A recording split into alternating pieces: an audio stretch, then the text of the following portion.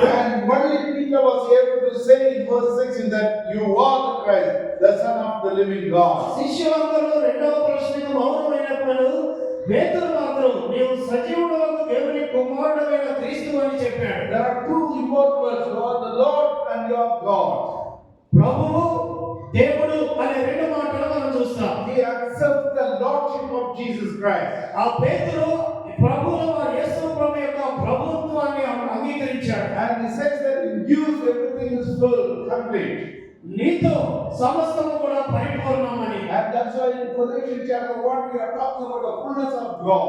అందుకని కొలస్సీ పత్రిక 1వ అధ్యాయంలో యేసుక్రీస్తు యొక్క పరిపూర్ణత గురించి మాట్లాడుతుంది. And he said when you came to India, Thomas, he also made the same statement, you are my Lord, you are my God. ఈ భారతదేశానికి క్రిస్టియన్లు 52లో వచ్చిన సెయింట్ థామస్ కూడా అన్నాడు, నువ్వు ప్రభువా నా దేవా అన్నాడు. John 20 verse 28, this is what Thomas said.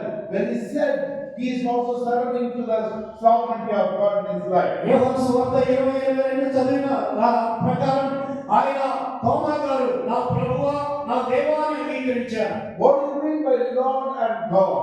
ఏంటి దాని అర్థం? ప్రభువా నా దేవా అంటే అర్థం ఏంటి? It talks about the uniqueness of Lord Jesus Christ. యేసుక్రీస్తు యొక్క ప్రత్యేకత గురించి మాట్లాడుతున్నాయి ఆ మాటలు. And this statement was made when people are having various understanding about God. అనేకమైన యేసును గురించి అనేకమైన భావాలతో ఉన్న ప్రజాంగం మధ్య స్పష్టమైన క్లియర్ కట్ గా ఒక విషయం, నీవు సజీవమైన క్రీస్తు అనే సమాధానం వచ్చింది. Uniqueness of Christ is the centrality of our faith. మన విశ్వాసానికి ఆధారం క్రీస్తే.